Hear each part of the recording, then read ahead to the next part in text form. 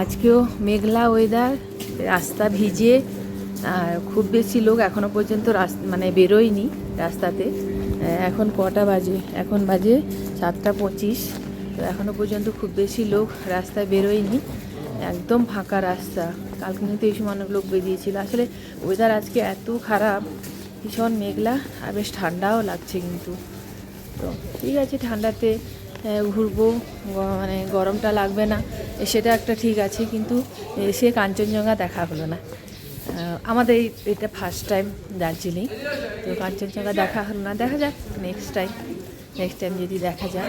তবে একবার আমরা ডুয়ার্স গেছিলাম, তো সেখানে মূর্তি নদীর কাছ থেকে অল্প কাঞ্চনজঙ্ঘা দেখতে পেয়েছিলাম, দেখিনি নয়। এখন কেবিনটা এসে লাইনে দাঁড়িয়ে আছি। তো লাইনে দাঁড়াতে হয় জানতাম না। আমরা 7:30টার দিকে যখন এলাম, তখন আমার সামনে যারা লাইন দিয়েছেন তারা বললেন যে লাইনে দাঁড়াতে হয়। ওনারা 6টা থেকে লাইনে দাঁড়িয়েছেন। এই হলো লাইন, মোটামুটি 15-20 জনের লাইন হয়ে গেছে। 8টায় খুলবে, তো আগে থেকে এসে লাইন দিতে হয় উপরে বসার জন্য, বেস্ট প্লেস পাওয়ার জন্য। তো মোটামুটি এখানে লাইনের সিস্টেম, অন্য সময় যায় না, সকালবেলাটা লাইনের সিস্টেমই আছে। 8টার সময় খুলবে। 8টার সময় কেভেন্টার্সের গেট খুললো এবং তারপরেই সবাই আমরা মানে হুড়মুড় করে বানের জলের মতো ঢুকতে শুরু করলাম। আর কেভেন্টার্স প্রতিষ্ঠিত হয়েছিল 1911 সালে। তারপর থেকে অনেক নামি দামি লোক এখানে খেতে এসছেন। তো তাদের অনেক ছবিও তোলা আছে এবং সেই সব ছবি লাগানো আছে সিঁড়ির গায়ের সাইডে যে ওয়ালটা আছে সেইখানে লাগানো আছে সেই সব ছবি। তো সেই সব ছবি দেখতে দেখতে দোতলায় উঠলাম। আর দোতলার বেস্ট প্লেস হচ্ছে লেফট সাইডটা ভরে গেলে রাইট সাইডে সবাই বসে। লেফট সাইড বেস্ট প্লেস এই জন্য যে ওখান থেকে কাঞ্চনজঙ্ঘার ভিউটা ভালো দেখতে পাওয়া যায়।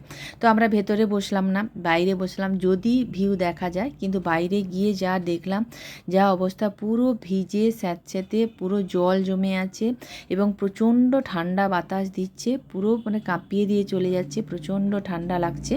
তো তার মধ্যেই সবাই মোটামুটি যে যার মতো করে একটা করে টেবিল বেছে নিয়ে আমরা বসে পড়লাম।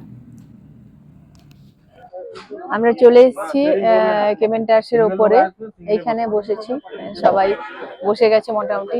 তো একটু আগে রোদ উঠছিল, কিন্তু এখন আবার মেঘে ঢেকে গেছে, ওই জন্য সবার ছাতাই ওপেন করা হয়ে গেছে। আর আমাদের অর্ডারটা দিয়ে দেওয়া হয়েছে। এই হচ্ছে কেভেন্টার্স। আর কেভেন্টার্সের এই দিক থেকে কাঞ্চনজঙ্ঘা দেখা যেত, কিন্তু এখন তো কিছুই দেখা যাচ্ছে না। দেখা যাক, খাবারগুলো নিই, তারপরে আবার বলছি। আমি এর মধ্যেই একটু ভিউ খোঁজার চেষ্টা করলাম, কিন্তু কিচ্ছু দেখা যাচ্ছিল না এই সাইডের উঁচু হোটেলগুলো ছাড়া, আর মেঘ ছাড়া কিচ্ছু দেখা যাচ্ছিল না। আমরা বাইরে সিট নিয়েছি, কিন্তু এত মেঘ পুরো এসে আমাদের গায়ের উপর দিয়ে চলে যাচ্ছে, জামা কাপড় যেন ভিজিয়ে দিচ্ছে। আর প্রচণ্ড ঠান্ডা লাগছে, ভেতরে সিট নিলেই ভালো হতো। ভাবলাম একটু ওয়েদার ফাঁকা হচ্ছে, যদি কিছু দেখা যায়, যেন বাইরেই বসলাম। কিন্তু এত ঠান্ডা লাগছে, বাপরে বাপ, হাঁচি শুরু হয়ে গেছে। কেভেন্টার্সে আমরা নিয়েছিলাম চিকেন আর পর্ক বার্গার, চিকেন সসেজ এবং আরও টুকটাক কিছু নিয়েছিলাম। তো খাওয়া সত্যি যথেষ্টই ভালো।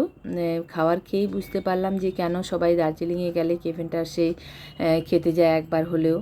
আর সত্যি এই বার্গার বা সসেজ আমাদের সমতলে যেসব রেস্টুরেন্টে পাওয়া যায় তাদের তুলনায় খুবই ভালো লাগছিল।